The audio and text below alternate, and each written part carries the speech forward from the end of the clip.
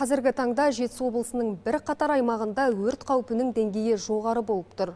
Осыған байланысты жергілікті жауапты мекемелер күшейтілген жұмыс режиміне көшіп, орман және дала алқаптарында тәулік бойы кезекшілік ұйымдастырған. Мәселен, Алтын Емел мемлекеттік ұлттық табиғи паркі өрт сөндіру станциясының қызметкерлері төтенше жағдайларға сақадай сай болу үшін тактикалық оқу-жаттығуларды жиілеткен. Іс-шара барысында іс-қимыл тәртібі пысықталып, арнайы техникалар мен құрал жабдықтардың дайындығы тексерілуде. Толығырақ тілші материалында. Орталық байланыста 16-15 квартал 1-ші жылында өрт шықты.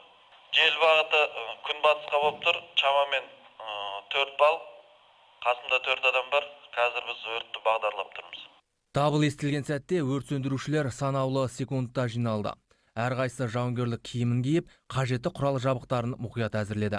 Арнайы техникалар қысқа уақытта іске қосылып, жасақ белгіленген бағытқа аттанды. Сценарий бойынша жалын желдің әсерінен орман алқабына тарай бастаған. Қызметкерлер өрт ошағын анықтап, оны оқшаулау мен сөндіру жұмыстарын бастады. Жаттығу барысында әр маманның іс-қимылы мен бөлімнің өзара үйлесімділігі сыналды. Осы жаттығулар төтенше жағдай кезінде жедел әрі нақты әрекет етуге мүмкіндік береді дейді сала өкілдері. Қазіргі күні өрт сөндіру станциясында 15 адам еңбек етеді. Сонымен бірге 4 өрт сөндіру көлігі мен 5 жеңіл автомашинасы бар.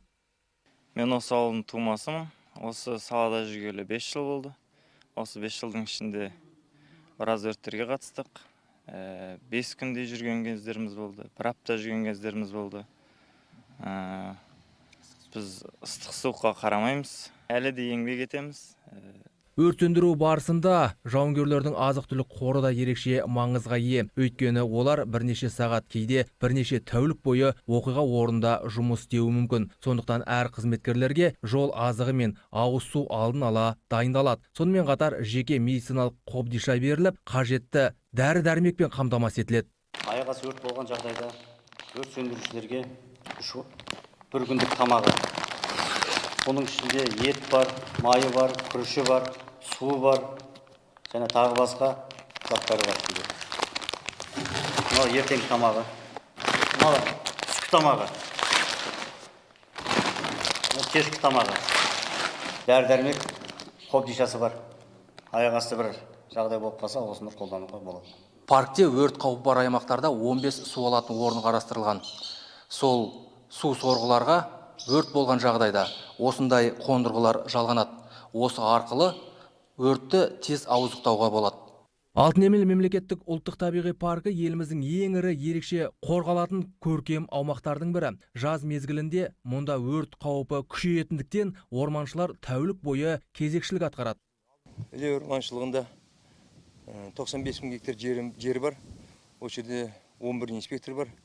Әр күні-түні бұлар жан-жақтан қарап, өрт қауіпсіздігін алдын алу талаптарын ережелерін сақтап отырады. Былтырғы жылдары өрт болған кезде бұл жерде біздің Алтын Емелдің несінде шекаралас тұрған жеке шаруа қожалықтар бар.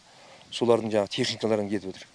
Техника неткен кезде, шөп рулон пресеген кезде починктері қызғандан, содан шығып, сонымен жан-жаққа шашап кеткен өрт. Болған жоқ әлі, Құдайға сақтасын, болған жоқ, ешқандай өрт жоқ. Өйткені себебі біз қай жерден не едеміз, төбеге шығып, жан-жаққа шығып, түгілді инспекторлардың бәрі өздерінің міндеттерін орындайды. Паркте 80-ге жоқ мемлекеттік инспектор бар. Оларда күн сайын парк аумағын аралап, рейдтік жұмыстарын жүргізеді. Флорасы мен фаунасы бай аумаққа жыл сайын мыңдаған турист келеді. Сондықтан өрт қаупі жоғары маусым. Демалушыларға қауіпсіздік ережелері түсіндіріліп, от жағуға және жанғыш заттарды пайдалануға тыйым салынатыны ескертіледі. Туристік маршрутқа жақын аймақтар негізінен рейд жүреді. Мейрам күндерінде, демалыс күндері, сенбі, жексенбі мысалға. Болмаса мейрам күндері болса, адам көп келеді ау деген уақытта қосымша рейд жұмыстарына адамдар жіберіледі. Әуеден бақылау, кейде дронмен ұшырып, ондайда кездер болады. Менің экипажым рейд жасап жүріп, қызметтік жолмен жүрсе, басқа экипаж сол менің ізімді құқық бұзушының ізі деп танып қалмас үшін мен мысалы айтып отырамын. Біз мына жақпен жүрдік, ол менің ізім, уайымдамаңдар, мен қарап шықтым деген сияқты. Қазір күні Алтын Емел мемлекеттік ұлттық табиғи паркі 307 мың гектар аумақты алып жатыр. Мұнда дала және орман өрттерінің алдын алу жұмыстары тұрақты жүргізіледі. Төтенше жағдайға дайындық деңгейі жоғары дейді мамандар. Жарқын Нұрланұлы, Ерлан Азанбай, Жетісу телеарнасы.